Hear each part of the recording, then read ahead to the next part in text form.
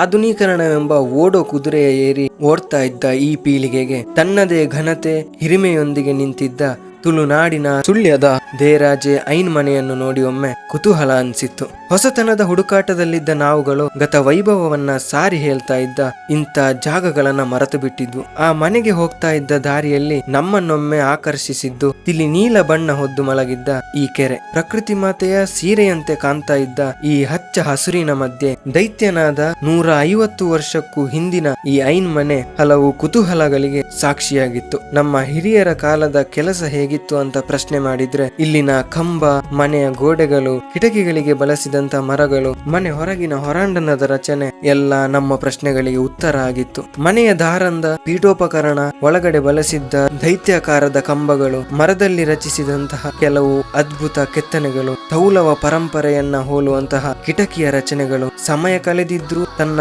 ಕೆಲಸದಲ್ಲಿ ನಿರತನಾಗಿದ್ದ ಆ ಕಾಲದ ಗಡಿಯಾರದ ಮುಳ್ಳುಗಳು, ಎಲ್ಲ ತಲೆಮಾರುಗಳ ನೆನಪುಗಳನ್ನ ಮರುಕಳಿಸುವ ಕೆಲವು ಭಾವಚಿತ್ರಗಳು, ಇವೆಲ್ಲವನ್ನು ನೋಡಿ ಅದರ ನೆನಪುಗಳ ಒಳಗೆ ಹೋದಾಗೆ ಆಗಿತ್ತು. ಮನೆಯ ಮಧ್ಯಭಾಗಕ್ಕೆ ಪ್ರವೇಶ ಮಾಡಿದವನಿಗೆ ಮೊದಲು ಕಂಡದ್ದು ಆ ತಲೆಮಾರಿನ ಸುಂದರ ತೊಟ್ಟಿ ಮನೆಯ ರಚನೆ. ಕೆಂಪು ಕಲ್ಲಿನ ಗೋಡೆ ಹಾಗೂ ಅದರ ಕಂಬಗಳು, ಮೇಲ್ಚಾವಣಿಯ ಕಿಟಕಿಗಳು, ಕೆಲವು ಮನೆಗೆ ಸಂಬಂಧಿಸಿದ ಕೋಣೆಗಳು ಎಲ್ಲ ಹೊಸ ಅನುಭವ ಕೊಟ್ಟಿತ್ತು. ಸೂರ್ಯನ ಕಿರಣ ಮೆಲ್ಲಗೆ ಕಳ್ಳ ಹೆಜ್ಜೆಯೊಂದಿಗೆ ಮನೆಯ ಮೇಲಿನ ಕೊಠಡಿಗಳನ್ನ ಹೊಕ್ಕಿತ್ತು. ಮೇಲ್ಚಾವಣಿಯನ್ನು ಹತ್ತಿದ್ದ ನಮಗೆ ಮೊದಲು ಕಂಡದ್ದು ಆ ಕಾಲದ ಮಣ್ಣಿನ ಮಡಿಕೆಗಳು, ಮರದ ಕರಡಿಗೆಗಳು, ಹಾಗೆ ಒಕ್ಕಲಿಗ ಸಮುದಾಯಕ್ಕೆ ಸಂಬಂಧಪಟ್ಟಂತಹ ಕತ್ತಿಗಳು. ಇನ್ನು ಅಡುಗೆ ಕೋಣೆಯ ರಚನೆ, ಅಲ್ಲಿನ ಪಾತ್ರೆಗಳು ಎಲ್ಲ ಕೂಡ 6 ತಲೆಮಾರಿನ ಹಿಂದಿನ ಸಮಯವನ್ನು ಮತ್ತೆ ನಮಗೆ ಪರಿಚಯಿಸಿದಂತಿತ್ತು. 20 ಜನ ಸೇರಿ ಬಾಳ್ತಾ ಇದ್ದ ಮನೆ ಈಗ ಬರೀ 2 ಜನರ ಜೊತೆ ಸಾಕ್ತಾ ಇತ್ತು. ಏನೇ ಆದ್ರೂ ಆಧುನೀಕರಣದ ಭರದಲ್ಲಿದ್ದ ಈ ಕಾಲದಲ್ಲಿ ತಮ್ಮ ಪರಂಪರೆ, ಘನತೆ, ನೆನಪುಗಳನ್ನ ಸಾರಿ ತಿಳಿಸ್ತಾ ಇದ್ದ ಈ ಮನೆಯನ್ನು ಅದೇ ರೀತಿಯಲ್ಲಿ ಕೊಂಡೊಯ್ತಿದ್ದ ಈ ಹಿರಿಯರನ್ನು ನೋಡಿ ಅಭಿಮಾನ ಅನಿಸಿತ್ತು.